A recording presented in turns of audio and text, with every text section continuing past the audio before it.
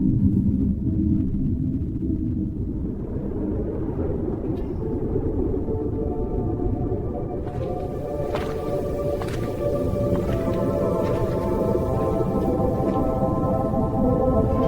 said to the crowd, "The more you feed me, the more I feed you."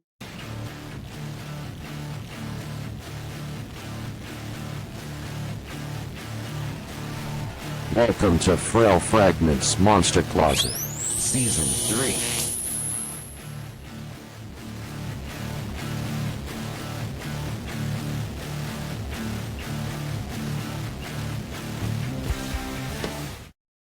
Hey!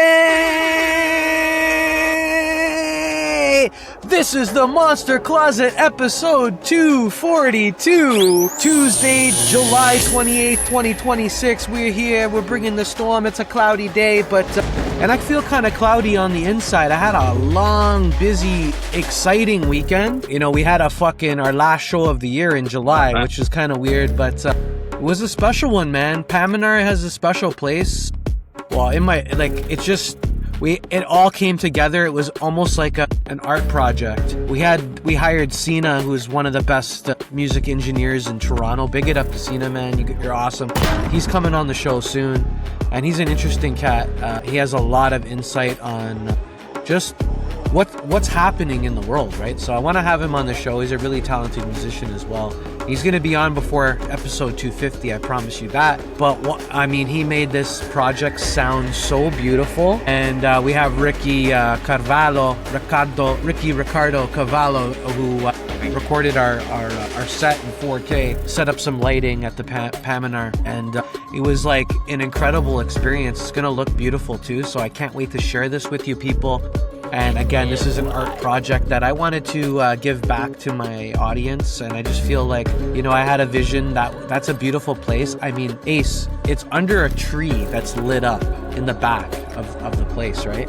So in the back of the place, there's a patio, like with a wood kind of stage, and there's a tree growing out of the stage, and it's lit up with lights, right? And it's like you set up there, and then we set up some lighting too, and yeah, Ace is all out of focus though. Nice, bro. He has the camera. You have the camera too close to your face, dude. Is it covering? No, you have the camera. The camera's too close to your face, man. Got it. All right. Thank you. Because I can't your camera can't get focus on you. Your phone camera, I'm saying. I'm right here. Thank you. Like your phone camera. No, but your phone camera can't focus on your face because your face is too close to the camera. Is what I'm trying to say. You see my chin, no? No, can you back your face up I'm right here. from your phone for a second? Back it up a bit. Put your head against this fucking seat, man. Let me see. And don't move the fucking phone. Right here. This guy's fucking retarded or something. I'm trying to tell him something. Hey, and he's going off and doing something else.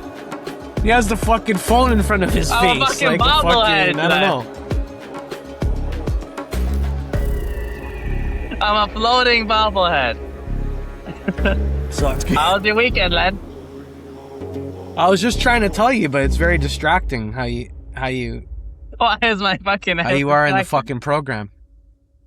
Well, it looks a bit better. I don't know. What do you have? You have like oil or something on your fucking lens because you just look like a fucking mess. I just ate some chicken wing. And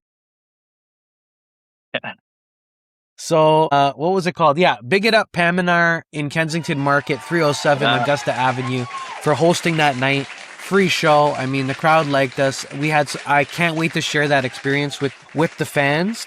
Sir. And then, my cousin showed up, and we got he was buying people drinks, and I don't know how the fuck he got home, and I got way too partied out, faded, and we went home. Got home and I was kicking my ass. He bought me an IPA beer. He bought me 2 IPA beers, dude, which poisoned me the next day. I was fucking dragging my ass, and it was my wife's baby shower, bro. Her surprise baby shower in Hamilton. Wow. In Hamilton. You had to drive. So I had to drive and empty out the car, pick up some my mother-in-law. And drive out there. And my game plan was just to go swimming, right? So my daughter's best friend came, and her parents, friends of my wife and ours. Big it up, Carl and Carla, for driving from Toronto there, and big it up Jasa, man, for driving from Toronto to Hamilton. And Jasa did it by herself, and that's awesome, bro. And she went swimming, and she ate, she had a good time, and she fucking left. And that's the way it should be. And you know, big it up to my neighbors for driving out to fucking Hamilton for this thing. And I, you know, thank you, big it up to Lucy and my brother-in-law Ian, the bass player of Frail Fragment, for hosting the night. You know, we had a nice pool, and I was in the pool for 3 hours with the kids, and that's kind of how I wanted to give back and kind of keep the kids away from my wife. So I had my 2 kids, my daughter's best friend, and my niece and my goddaughter in the pool, right? So Good. I was just kind of holding shit down there. And I mean, my son is traumatized by Ian's dogs. He has 2 big English bulldogs, one of which has taken my son out like twice, taken him down when he was a kid. He's just traumatized. Sad story. My son was on the trampoline in their backyard, and he just like started pissing his pants because he was afraid to go inside. Wow. Yeah, and Ace, you're like completely fucking blurry, dude. I don't know. You got to get your shit together My next lens are fucking good. podcast. My lens are good. Your camera looks like shit, dude. And Then what happened? yeah, so I spent 3 hours in the pool, Ace, and it was like hot as shit, and I have a good tan because of it, and I thank you. And I'm all tired from this shit, man. I'm all tired from this, bruh. Still recovering, for sure. I lost life force because of last weekend. Too big. It's Tuesday right now, and it's 2 days later from Sunday, and I'm still fucking done. Still grinding, bruh. What are you doing these days, man? That was a good weekend for me, too. Drank like a fish. Saw the grandparents. Did a little trail here and there with the dogs. Busy. Making sure they don't eat shit. Yep. Yeah. Yo, we gotta get together at your house, man. We gotta do something. Let's do a get together at the house. Yeah, we should. Cause like, yeah, why not, right? Yeah, it's gotta be a Just, Saturday. Just come over for a couple hours. That's it. Yeah. 2 to 4 hour. If you're I free mean, in things are Halliburton, busy. I get it. What? I'm going on the Halliburton trip Well, that'll be nice. in a couple man. I just weeks. came But let back me from know. there. Let me know, What? and we'll get it available for you if you want to reach. No, I'm not gonna go up I'm not gonna go up there, bro. Thanks. Halliburton's beautiful. I'm off next weekend. I'm off next week. I'm supposed to go. I have an invite up there if I want at my parents' place, but my wife is big enough now, and it's just uncomfortable to be up at a cottage, and it's uncomfortable to be on our bed right now, let alone some fucking cottage bed that fucking springs are hanging out of it or whatever. You know. That's right. It doesn't even have a bed bro. base. Okay, get. So before, I just wanted to talk to a bit about the origin of Monster Closet, right? And I've talked about this before, and you know, I've talked about the origin, but I want to get back into the origin because I feel like it's kind of a cool part of what happened to me this weekend in the story. Because we had when I was a kid, I liked Tom Green. Okay. He had this Tom Green show that he did in Canada, in Ottawa, and he would fuck around with his parents. And he'd prank his parents. He'd paint some porn fucking scene on his dad's fucking car, and he'd just wake his parents up. And he was kind of the original jackass, Tom Green. And he was Canadian. He was from Ottawa. And, you know, I liked his show. And then he, shortly after that, and I think it was 98, he moved to New York, and he started working for MTV, and he did like Freddy Got Fingered, and he had the worst movie in fucking Hollywood history and all this stuff. But he was always ahead of the game, Tom Green, and he started internet talk radio where it was filmed, and you could call in and you could talk to people on the radio, right? And like Tom Green did that, and it was in his house where he did that, right? So now backtracking to when I was in grade 6, I think it was grade 7 actually. Yeah, it was grade 7, I believe. And Q107, 107.1 in Toronto, they got Howard Stern on the radio. And this was like circa 1990, this was 94. So in 1994 and 1995, Howard Stern was on the radio on Q107 from 6 a.m. to 9 a.m. So bro, when I first discovered Howard Stern, I would set my alarm for 6 a.m. Nice. and I'd wake up to Howard Stern every day for 2 years. For 2 years, I was in love with that guy. And dude, I had the privilege of listening to his show. And if you time capsule Howard Stern in 1994 to 1996, there's no better radio, dude. There was nothing better than that. It was so angry and raw and entertaining and relentless. He was so relentless. It was so fucking amazing and intelligent. And Howard Stern was like the GOAT. Yeah. He had maybe 5 years of like, maybe even 10 years of just like excellence, where like later in his career, and I say later as in like 2000 to 2005 or maybe 2008, he was a really good interviewer. Like he could grab information from people like Scott Weiland, like he became more of a therapist himself, because while he was in therapy, he became more of a therapist himself, and he knew how to connect with people in a different way that was much more compassionate. But from 94 to 97, I would say, or 98, from 94 to 98 was the angry angst, but just an intelligent show of ball busting and just craziness that inspired the Monster Closet. And, then later on, my buddy, I was working nights, and I was listening to Howard Stern, and my buddy put me on to Joe Rogan. My buddy he was on episode 1 or 2 of this show, Monster Closet. And he put me on to Joe Rogan, and I started listening to Joe Rogan, and I saw this like free form way of talking that was kind of like Howard Stern, that was kind of like Tom Green, but it was something else where it's like he had the freedom to do so much more, and he had 3 hours to talk to somebody. And you just learn so much more about who a person is and just what they're trying to do. And from there, I always wanted to do a podcast. It was always my dream. I would say in the Howard Stern days, when I was in grade 7, I always wanted to be that radio personality.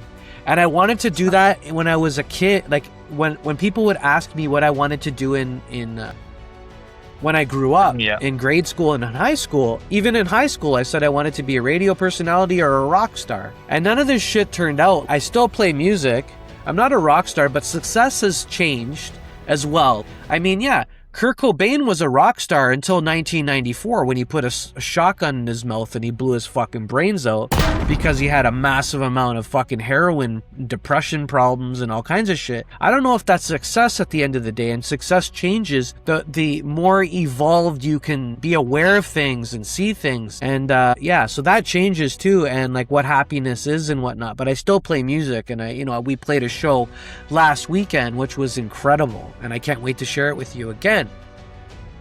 Can't wait. But that's what led me to wanting to do a podcast. It was in the 90s, and I did the Red and Len show with Red, who was in Frail Fragment, my band, and we toured around Southern Ontario and New York City, and we played like literally hundreds of shows together, Ace. And we did this podcast, the Red and Len show, and it's still, I posted it online, and I think it's amazing. And Red did an amazing job at the editing, and it was like studio quality fucking awesomeness, right? And we did probably, I'm not sure how many episodes, but I think we did 12 episodes. And they're like, I don't know if all of them are good, but all of them are relative for sure. And there's a few of them that are just incredible, right? So you should check those out, the Red and Len show. But that led me to the Monster Closet with you, Ace, because you and I had like this free-flowing form.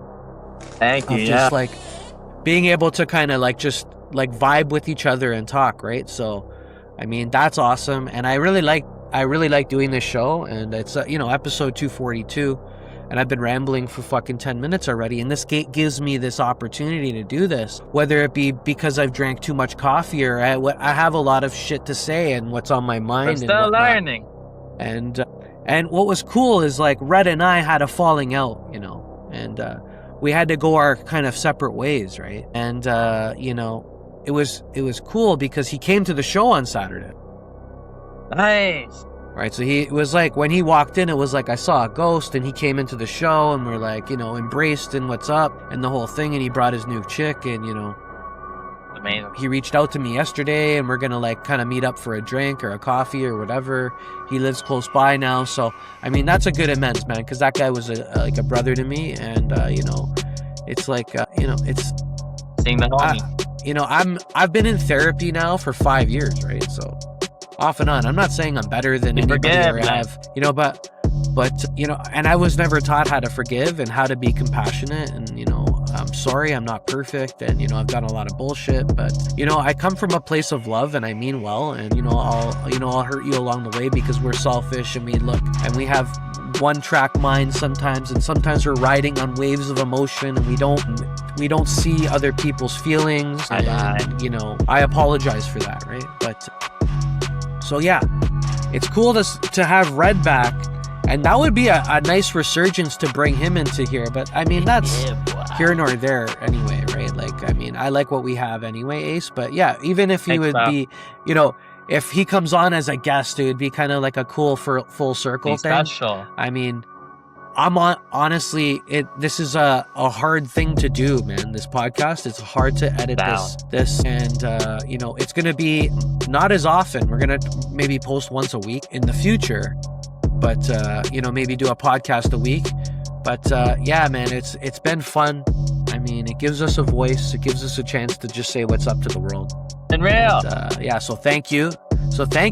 Thank you for doing this. And yeah, we got Cena coming up. Thank you. I just interviewed a really cool girl. Her name's Isabel, and she's gonna be in Toronto in August, and she's gonna live here for a while, and she's gonna explore. She's doing school here, as well as taking on the music scene here. And Bex introduced me to her, sent me her way, and it was a pleasure because she was chosen to be part of this showcase in Toronto of the 20 new up and new incoming people, and I've checked out her music, and needless to say, she was episode 241. It was really nice meeting her, and we had a good convo, and we vibed really well. So thank you, Bex, for sending Isabel our way, and creating a safe space for music and artists. And Bex has promised me that she's going to come back onto the show. We're talking about September 1st having her back, so that's great. She's great energy. And we're going to we're going to move forward. Cena's coming on the show. I'm going to reach out to him soon, and maybe Red would come on the show in the future, who knows. But this is a fun process, and it's a growing process, and we got to treat like every show like it's its last. I want to get to 250 though. I do take that challenge on for real. It'd be nice to get to 300, but I will get to 250. I promise you that. So thank you, folks. Thank you. This is the Monster Closet, episode 242. Tuesday, July 28, 2026. FrailFragment.com, at Frail Fragment. Check out, keep on the watch for our performance at Paminar in Kensington Market. Thank you again for having us. And it's going to look beautiful. It sounds beautiful. I haven't seen the visual yet, but I'm sure it's going to be beautiful. Ricky Ricardo has great work. We're going to be doing a video with him too after my son is born. I have a lot on my plate right now, and this is kind of all good stuff.